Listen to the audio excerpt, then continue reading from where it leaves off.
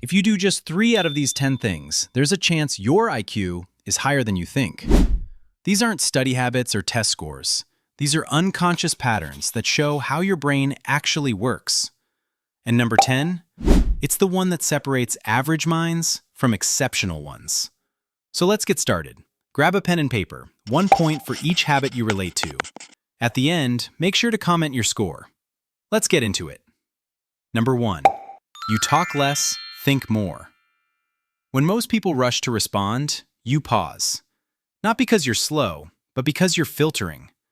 Psychologists call this internal verbalization. You're having a conversation with yourself before having one with others. That's why when you finally speak, your words carry weight. Most people talk to fill silence. You talk to create meaning. Number 2, you solve problems nobody asked you to solve. You see a messy process and can't help yourself. You redesign it. Your brain treats it like a puzzle it can't resist. Research shows high IQ minds get a dopamine hit from optimization itself.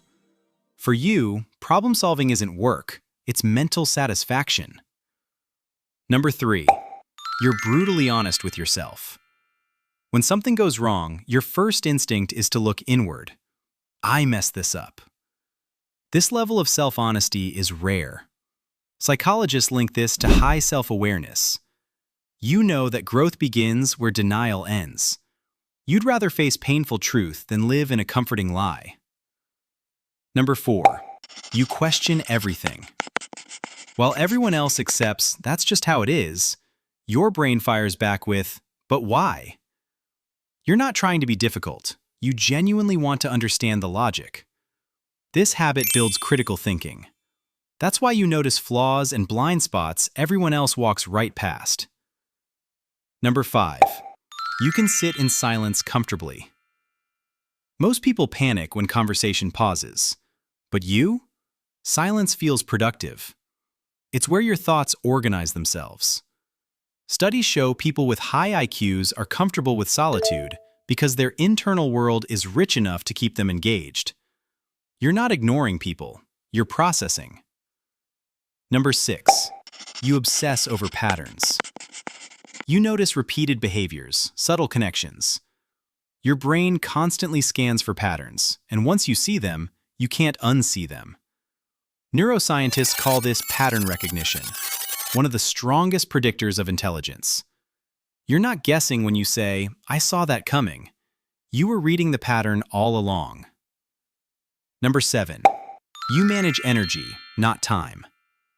You don't organize your day by hours. You organize it by mental energy. You know exactly when your brain is sharpest, and that's when you tackle the hard stuff. Psychology shows productivity depends more on energy management than time management. You flow with your cognitive rhythm instead of fighting it.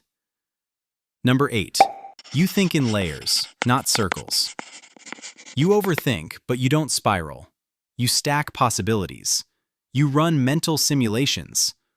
By the time you decide, you've already lived through multiple outcomes in your head. Psychologists call this executive planning. It's not anxiety, it's strategic depth. That's why you appear calm during major decisions. Number 9, you read to collect mental models. You don't read to finish books. You read to understand how different minds approach problems. Philosophy, neuroscience, history, you jump topics. This is cross-domain learning, and research shows it improves creative problem solving. You're collecting frameworks, different lenses for interpreting reality. Number 10, you know how to sound normal. Here's the twist. Truly intelligent people don't sound intelligent the way movies portray genius. They translate difficult concepts into simple words. Their goal isn't admiration, it's understanding. Psychology links this to emotional intelligence. Real intelligence simplifies. Making others feel smart matters more than proving you're smart. So here's what I want you to think about. What if those weird habits aren't quirks? What if they're signs your brain operates differently? Not worse, just deeper. Intelligence isn't about test scores. It's about how you process, how you question, how you see connections others miss. Because at the end of the day, intelligence isn't about being right all the time. It's about being curious enough to figure out where you might be wrong. How many points did you score? Drop your number in the comments and tell me which habit surprised you the most. And if this made you see yourself differently, hit like and subscribe, because we explore the psychology that actually explains how your mind works. See you next time.